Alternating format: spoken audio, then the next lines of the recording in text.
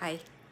Okay, so we're going to talk about week 10 of The Artist Way by Julia Cameron. And week 10 is all about recovering a sense of self-protection. So, this was kind of a aha moments happening in this one. So of course she talks about dangers of the trail, her words, right? And how basically creativity is God, which we don't like to use. So we're going to say the source, right? But source energy, and it's flowing through us. And that we basically, it's our purpose to like accept and use this creative flow energy. Kind of what she's going with that. And so I take it kind of somewhere totally, maybe a little bit different, but very similar, but using my language. So basically what I'm getting from this is that we all have creative energy within us. We know that. We're all vibrations. We're all vibrational beings. And thoughts and emotions and objects and desires are all vibration, right? And it comes from the source. Who knows where the source is or what that is? We're not there to discuss. But basically, we're all together. We all share the same source energy, which is the creative energy. And creativity doesn't have to mean painting or being an artist or a writer. Creativity means being able to manifest your desires and your wants and your beliefs and, make things happen. So that's where she's kind of going from. And then she talks about how we have like blocks and we use certain things to stop that creativity flow, to cut that tie, right? Or hinder it anyway. And how do we do that? With sex, drugs, rock and roll. No, but addictions. And basically addictions is what stops us from being creative. So she kind of had my interest a little bit there, right? Basically is that we look for ways to stop that creativity. So when we think about the creativity, that energy that we're all connected, that comes from the source, right? That creativity gives us that feeling of good, of empowerment, of content, of satisfaction, of happiness, of joy, of abundance. That's what creativity energy does for us. And when we're feeling that really good, happy, very often unfamiliar feeling of goodness, however that may present, that actually scares us. I can speak to truth of that. That's when I really started to take what she was trying to teach in chapter 10 or week 10, about how we're afraid of feeling good. And we know that when we think about kiddos that come from trauma and really hard places. And when you're grown-ups, feeling safe is almost unheard of and very terrifying if it is, right? When you haven't had that before. That chaos is a sense of safety. Knowing that there's pain and suffrage actually feels good, not in a good way, but it helps us, we can accept that, we can live with that, we can live through it. So point is, my takeaway from that whole little section is that we basically come up with things to stop our creativity energy because we're scared of feeling good. We're scared of what's going to happen next. When we start feeling good and things start happening as to what we want and our desires, we start getting a little scared. Like, oh my goodness. And then what's to be expected? If it really happens, oh my God, what does that mean? What do I have to do next? What does that look like? And it's that fear again, right? So I totally get where she's coming from there. Not quite my language, but when I switch it around, we're thinking the same thing. So that was all good. She's also thinking about how feeling good was often, you feel punished for feeling good. So that's something too that would get your blocks in there. And then really being aware of what we use to do those U-turns, as she calls it, right? Creative U-turns, or that self-sabotaging behavior, the addiction, what is it? And we're going to list some stuff, and you're going to be able to identify what it would be. And the one that gives you the strongest reaction, that would be the one that you need to work on. So fair enough. Again, I feel like I'm okay with all of that, right? But then she starts talking about anxiety. Fair enough. Let me just get into this here, right? And she talks about using the anxiety, and then after using the anxiety, then kind of building up on that feeling of accomplishment. Because when you actually overcome something that you're anxious about, you feel damn good afterwards. You can carry that high for quite a while, right? So what she's saying here is like, you know, if you catch yourself feeling anxious, then use that anxiety to get you to get through it, you know, and then celebrate that you did it, and like really celebrate. What does it feel like when you overcome something that you were kind of nervous to do or you had anxiety about? You feel empowered. You feel like, hell yeah, I can do anything. So kind of ride that wave is what she's saying. And then the next section, oh yeah, the next section. Hey, if you have not hit subscribe, do so now. Because remember, you got to help me out. Hit click. Yeah, and my kid will get a tattoo of my logo. So help me out. Anyway, the next section,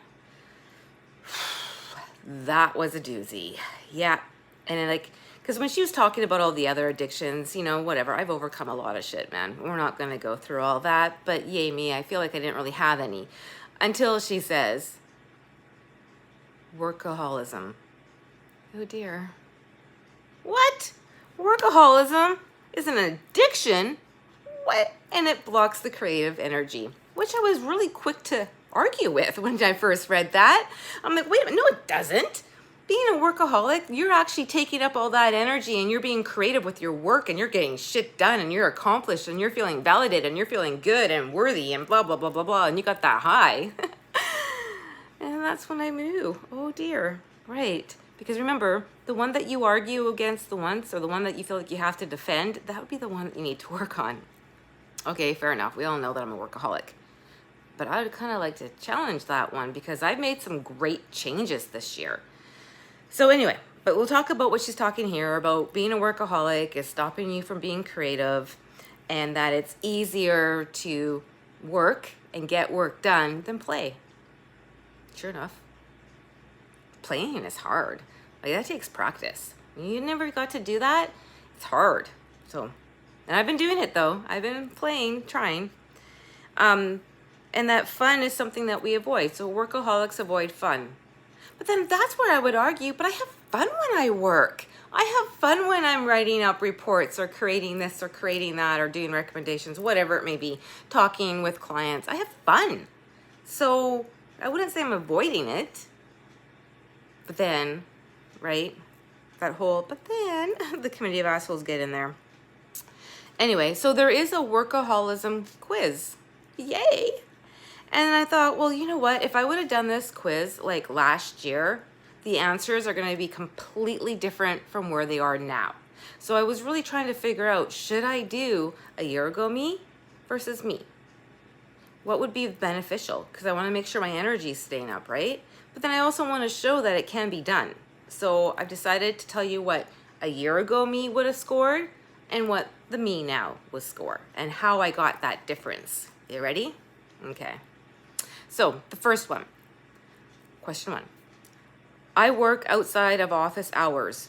Seldom, often, never.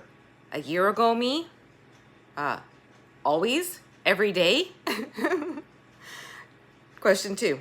I cancel dates with loved ones to do more work. Seldom, often, or never. I wouldn't make any plans so I could work, so I didn't have to cancel. Question 3. I postpone outings until the deadline is over. Seldom, often, never. Didn't really have to work with deadlines. Well, I guess I kind of do. I mean, reports have to be written within a time frame or whatever, right? So yeah, I guess there are deadlines, but it's not that I would postpone outings for them. It's that I would just prefer to do them, but I would get it done early because I'm a workaholic. Hello. So I'd get everything all done early so I could do other stuff, right? Okay, the next one. I take work with me on weekends. Seldom, often, never, always. I take work with me on vacations. Seldom, often, never. Take vacations? Are you serious? Really? This is a year ago me, remember? 6. I take vacations. Seldom, often, never. When forced, and in tears. Question 7. My intimates complain I always work. Seldom, often, never. Intimates? Who the fuck has time for that? I'm working. Question 8.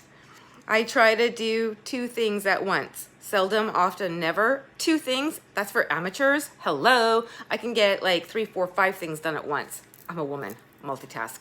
This is a year ago me. Question 9. I allow myself free time between projects. Seldom, often, never. What do you mean between? I've got several projects on the go all the time. You go from one to another because you get inspired by doing one, or you think of something that goes from here. Like, if you work on something for too long, then you kind of hit that block, when she says, right? So then you go to somewhere else. And then when you're focusing on that thing, the thing that you were trying to figure out all of a sudden comes to you.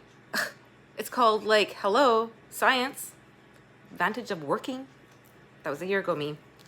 Let's see. I allow myself to achieve closure on tasks. Seldom, often, never. Closure. Sure, a report might be done and written, but you know damn well I'm going to use that report or parts of it for the next report to make it even better. So it's never actually done.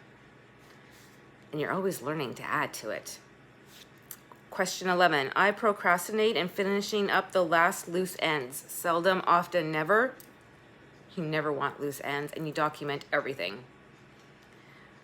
I work in the evening during family time. Seldom, often, never. Always. I allow calls to interrupt and lengthen my workday. Seldom, often, never, always. I prioritize my day to include an hour of creativity, work, or play. Seldom, often, never. Wait, what? You actually organize or plan to play? Yeah, not likely. That's taking up workable hours, people. Right? I place my creative dreams before my work. Seldom, often, never.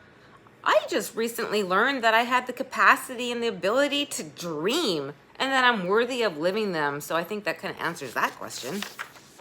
Question 17 of a workaholism quiz.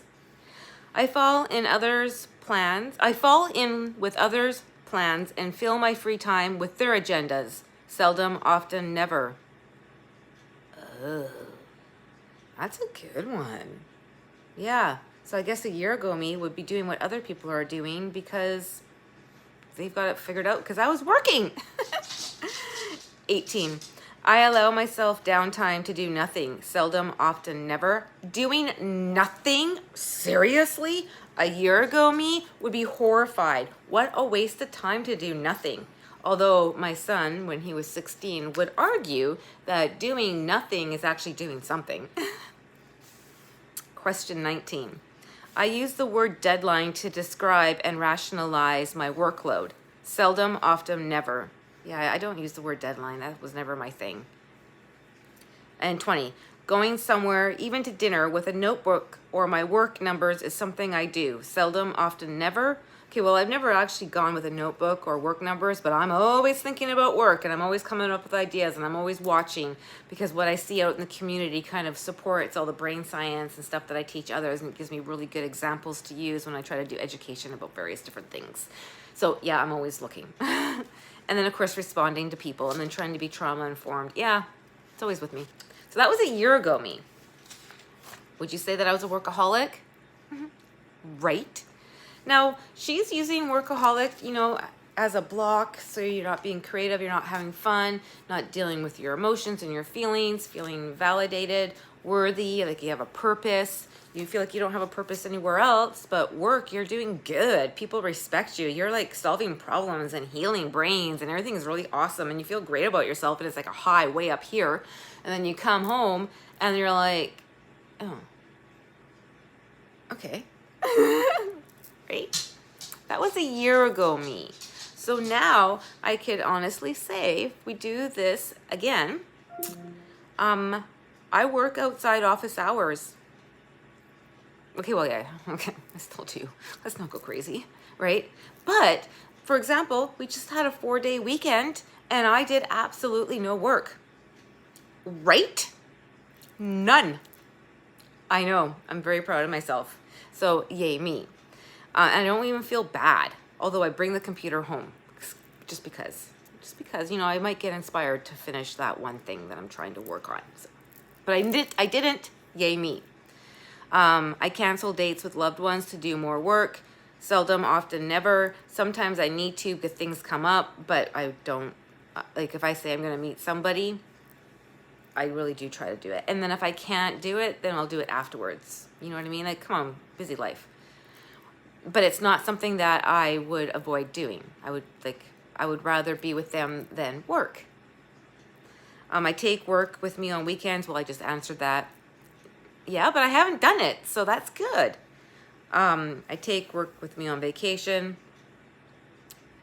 Well, actually, the vacation that I had, well, it was stay home vacation, but you know, just practicing the self-care and working on me. That's what actually really changed all of this, is that when I was forced to take time off work at the end of the year and actually intentionally did self-care every day, when I realized, oh my God, I want to do self-care every day, all day. Why can't I get paid to do self-care for myself? Self-care feels really good and I kind of like it.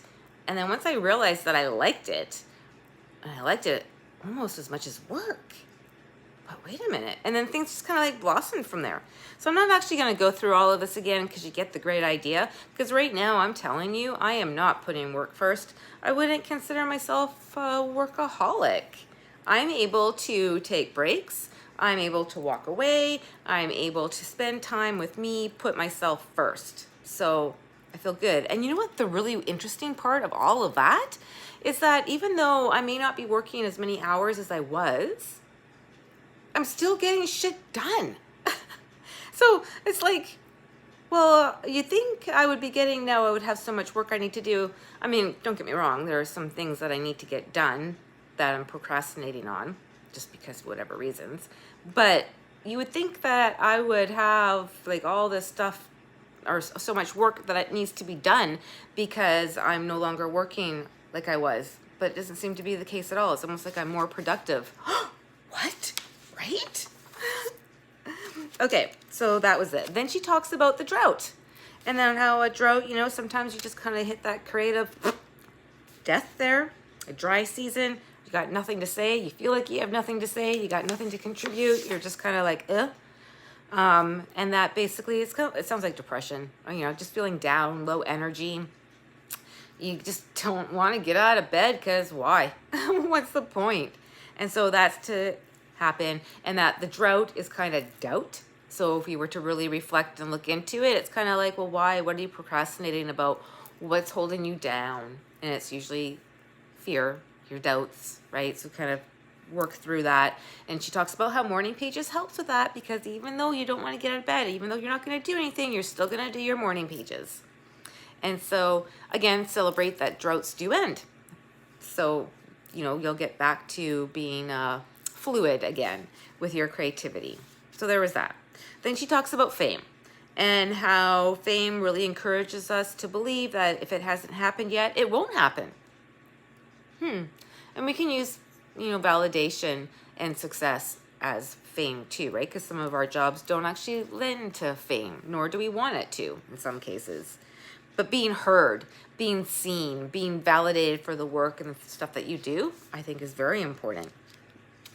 But then to also recognize that you don't want it to end up being more about the work and not about the actual person, right?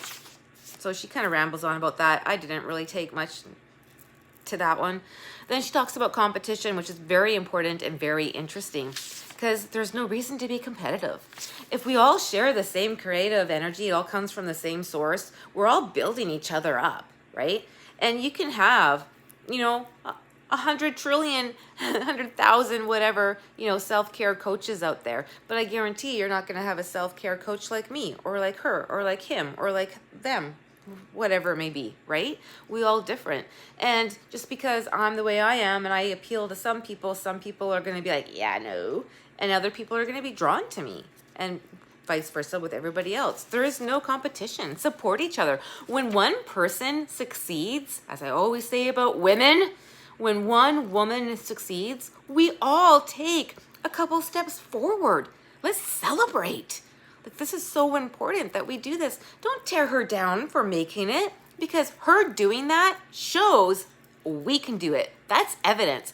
Every time somebody is doing something that you want to do, you just got proof that it can be done, because if they can do it, you can do it.